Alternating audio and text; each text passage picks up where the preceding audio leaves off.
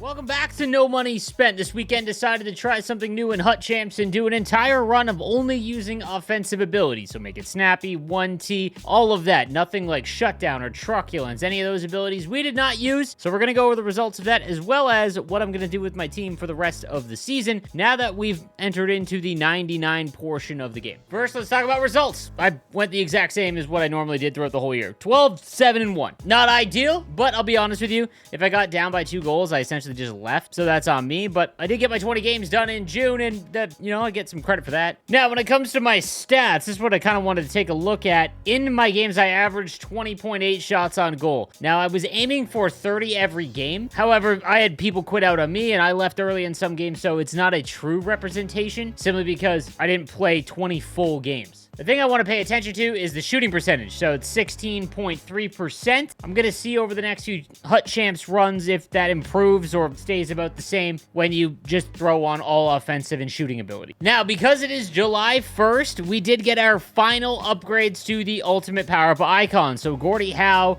Mario Lemieux, and Wayne Gretzky have all got their final tier, meaning that they are all now 99s across the board. Kind of what we've been waiting for a long time, and obviously they are the ones that get to 99 first. Now, the interesting thing here is that Gordie Howe got his face-offs up to 99, so now they're all at 99, and I can even put Gordie Howe at center. I think it allows me to finish out the team and make them 99s across the board. So if I put Gordie Howe at center, or even Mario Lemieux, let's say, we can move Wayne Gretzky over to wing, where I think he's a little bit better now because there's a lot bigger players that can play center. We can move Tara Vinen down, and God forbid Matthew Tkachuk ever get a final upgrade, but that would allow me to get rid of, like, let's say, Jason Robertson. I could also move Gordie Howe over to wing or center and get rid of Dave Anderchuk and Matt Duchene, so I can actually change out these 3-4 players that can get to 99. On defense, we've got Drew Doughty, who is 99s across the board already, but I will finish it off and get the final tier, even though I think it's a complete waste of PowerUp collectibles. We've got Zdeno Chara, who's not going anywhere. Hedman will probably get an upgrade when he signs his extension, get a transaction card, which will be massive. And the final 2 spots of Owen Power and Dougie Hamilton,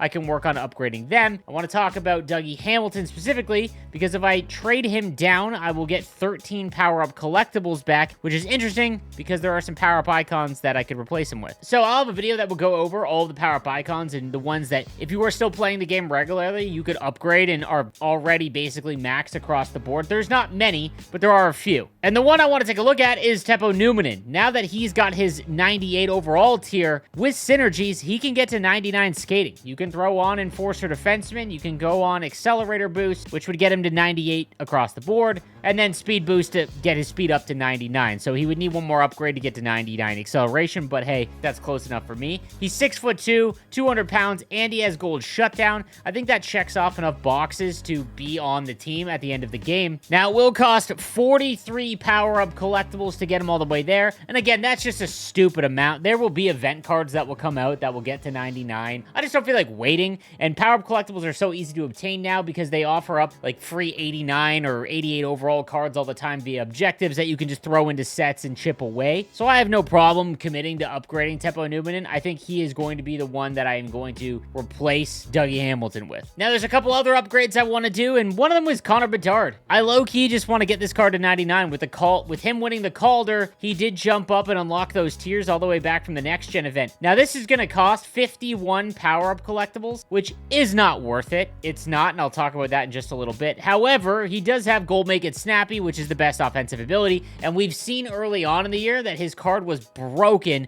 when you had Gold Make It Snappy activated on him. He's not going to be elite because he's smaller at this stage of the game, and I play Division 1 players, but I just like this version a little bit more, simply because, well, I mean, his card art is just so much better. Because the alternative is we can get his card up to 87 overall and trade in 34 Team of the Season collectibles, which is 1-for-1 cost of PowerUp collectibles. With the cost to get him to 87, you're looking at 40, roughly. So again, you're saving about 11 or 12 PowerUp collectibles in cost to get his Team of the Season card, but I actually sort of like his Master Set play a little bit more just because he has Gold Make It Snappy. And again, I think the card art just kind of tips it. I want to have a full Master Set player team. Sue me. Now, the other other power-up upgrade that I'm okay with doing now is getting Timu Salani all the way maxed out. You can get Timu Salani up to 99 everything. His endurance is pretty low, but you can mess around with his synergies to get that up a little bit higher. And again, it's just something I'm thinking about, but I think I would do Bedard first. It's still something that I think that could get done. Now, when it comes to abilities, I think for this week, I'm going to try out Unstoppable Force again. There's so many cards that got Unstoppable Force because it was such a good ability in prior games that it was so used that it just deemed it was popular. And it was, but this year we saw Unstoppable Force be a little bit less useful. So I think on all of the cards that are higher up in my lineup that have it, I'm going to activate and see if I play Hut Champs, if I see any increase in shooting percentage as well as just overall performance. Again, I had fun doing Hut Champs of just shooting and using offensive abilities, but I want to see how these cards will play if you use Unstoppable Force as well as Elite Edges. The other thing I'm definitely going to do is grab this new